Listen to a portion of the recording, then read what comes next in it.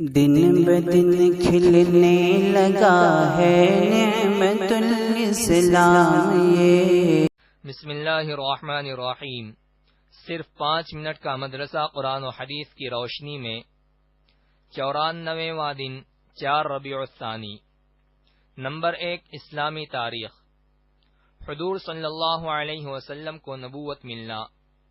جب دنیا میں بسنے والے انسان ضلالت و گمراہی میں بھٹکتے ہوئے آخری حد تک پہنچ گئے تو اللہ تعالیٰ نے ان کی ہدایت و رہنمائی کا فیصلہ فرمایا اور شرک و بت پرستی سے نکال کر ایمان و توحید کی دولت سے نوازنے کا ارادہ کیا، اور جس روشنی کی آمد کا ایک زمانے سے انتظار ہو رہا تھا اس کے ظاہر ہونے کا وقت آ گیا اور محروم و بد نصیب دنیا کی قسمت جاگ اٹھی۔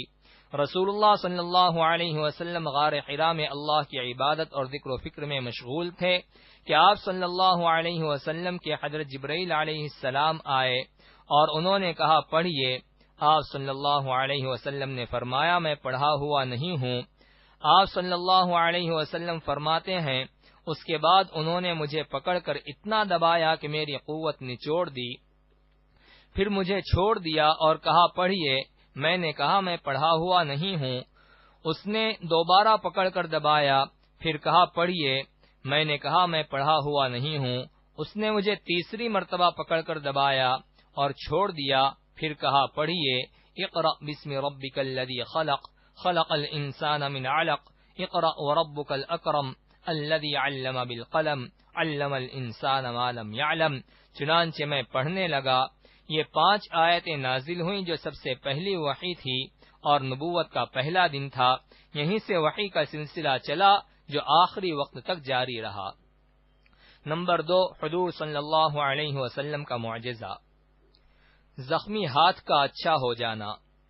ایک مرتبہ رسول اللہ صلی اللہ علیہ وسلم کھانا کھا رہے تھے، اتنے میں حضرت جرحد اسلمی رضی اللہ عنہ حاضر خدمت ہوئے۔ حضور صلی اللہ علیہ وسلم نے فرمایا کھانا کھا لیجئے۔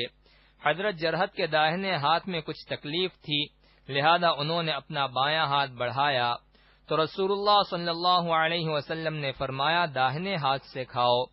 حضرت جرحد نے فرمایا اس میں تکلیف ہے، تو آپ صلی اللہ علیہ وسلم نے ان کے ہاتھ پر پھونک ماری تو وہ ایسا ٹھیک ہوا کہ ان کو موت تک پھر وہ تکلیف محسوس نہیں ہوئی۔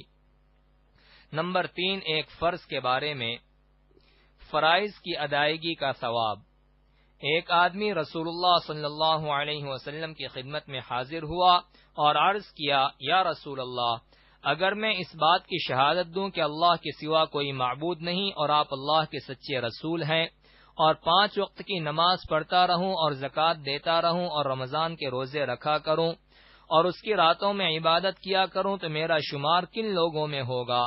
آپ صلی اللہ علیہ وسلم نے فرمایا تمہارا شمار صدیقین اور شہداء میں ہوگا۔ نمبر 4، ایک سنت کے بارے میں، حکمت کے لیے دعا۔ حکمت اور صلاح و تقوی حاصل کرنے کے لیے یہ دعا پڑھیں، رب ہب لی حکما والحقنی بالصالحین۔ ترجمہ، اے ہمارے پروردگار ہمیں حکمت عطا فرما اور نیک لوگوں میں شامل فرما۔ نمبر 5، ایک اہم عمل کی فضیلت، دعا کرانے والے کی دعا پر آمین کہنا۔ رسول اللہ صلی اللہ علیہ وسلم نے فرمایا جب کچھ لوگ جمع ہوں اور ان میں سے کوئی ایک آدمی دعا کرے اور دوسرے آمین کہیں تو اللہ تعالیٰ ان کی دعا قبول فرماتا ہے۔ نمبر 6، ایک گناہ کے بارے میں، فساد پھیلانے کی سزا۔ قرآن میں اللہ تعالیٰ فرماتا ہے جو لوگ اللہ اور اس کے رسول سے لڑتے ہیں، زمین میں فساد کرنے کی کوشش کرتے ہیں، ایسے لوگوں کی بس یہی سزا ہے کہ وہ قتل کر دیے جائیں یا سولی پر چڑھا دیے جائیں یا ان کے ہاتھ اور پاؤں مخالف جانب سے کاٹ دیے جائیں یا وہ ملک سے باہر نکال دیے جائیں۔ یہ سزا ان کے لیے دنیا میں سخت رسوائی کا ذریعہ ہے اور آخرت میں ان کے لیے بہت بڑا عذاب ہے۔ نمبر 7، دنیا کے بارے میں، اللہ کی چاہت دنیا نہیں۔ قرآن میں اللہ تعالیٰ فرماتا ہے تم تو دنیا کا مال و اسباب چاہتے ہو اور اللہ تعالیٰ تم سے آخرت کو چاہتے ہیں۔ فائدہ، انسان ہر وقت دنیاوی فائدے میں منہمک رہتا ہے اور اسی کو حاصل کرنے کی فکر میں لگا رہتا ہے۔ حالانکہ اللہ تعالی چاہتے ہیں کہ دنیا کے مقابلے میں آخرت کی فکر زیادہ کی جائے، کیونکہ آخرت میں ہمیشہ رہنا ہے۔ نمبر 8، آخرت کے بارے میں سب سے پہلے زندہ ہونے والے۔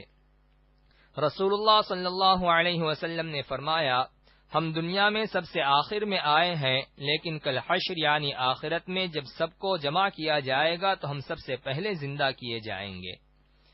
نمبر 9، قرآن سے علاج، بچھو کے زہر کا علاج۔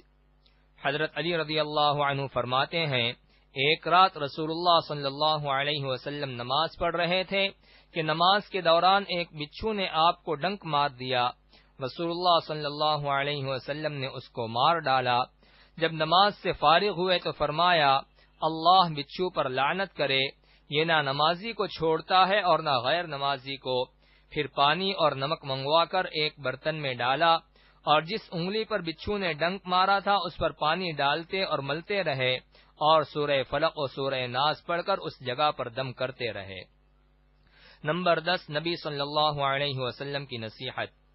رسول اللہ صلی اللہ علیہ وسلم نے فرمایا، تواضع اختیار کرو، کوئی شخص دوسرے کے سامنے فخر نہ کرے اور نہ ایک دوسرے پر زیادتی کرے۔